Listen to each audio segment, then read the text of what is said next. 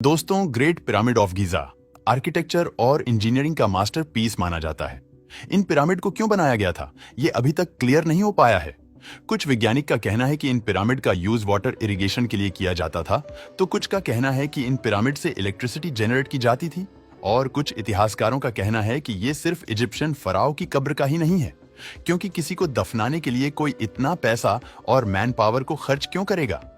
बता दे, इन पिरामिड को बनाने के लिए जिन स्टोन्स का यूज किया गया है वो भी अपने आप में कई दिलचस्प है।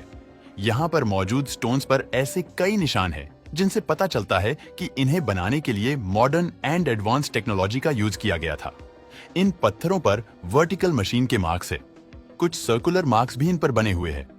इसके अलावा कटिंग मार्क्स भी इन पत्थरों पर बने हुए हैं। इन मार्क्स को देखकर कोई नहीं कह सकता कि ये साधारण छेनी और हथौड़ी के निशान हैं, बल्कि ये तो एडवांस मशीनरी के साइन नजर आते हैं। प्रतिशत एक्यूरेसी के साथ इन पत्थरों की कटिंग की गई है।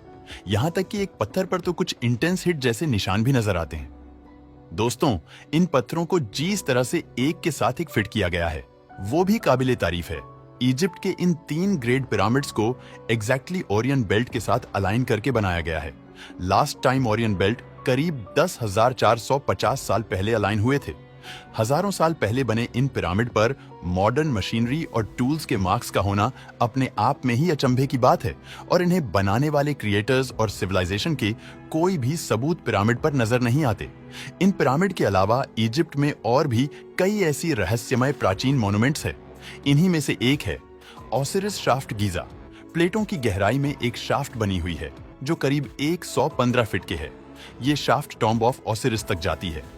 ग्रेनाइट से बने मकबरे के चारों ओर आर्टिफिशियल कैनाल मौजूद है जिसके अंदर पानी भरा हुआ है।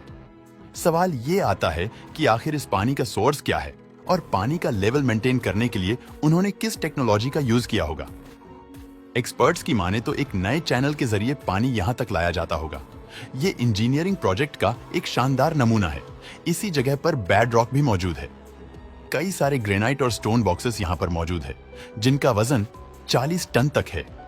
हैरान करने वाली बात यह है कि 115 फीट गहराई में इन पत्थरों को कैसे लाया गया होगा, जबकि शाफ्ट में अंदर जाने के लिए सीढ़ियों तक नहीं बनी हुई है। यहां पर एक स्टोन ब्लॉक तो डिसाइड रोक का है जो पूरे इजिप्ट में तो क्या पूरे अफ्रीका में कहीं और नहीं पाया जाता है। माना जाता है कि मेडिटेरियन सी के जरिए इस पत्थर को यहां तक लाया गया होगा। ये शाफ्ट 5000 साल से भी ज्यादा पुरानी मानी जाती है, यानी अभी तक पाई गई सबसे प्राचीन सभ्यताओं से भी पहले की है। दोस्तों, इजिप्ट की राजधानी सिटी कायरो से थोड़ी दूर पर सेरपियम ऑफ सकारा नाम की एक एंशिएंट साइट मौजूद है। यहां पर अंडरग्राउंड टनल्स बनी हुई है और उनके अंदर कई सारे ग्रेनाइट बॉक्सेस मौजूद है।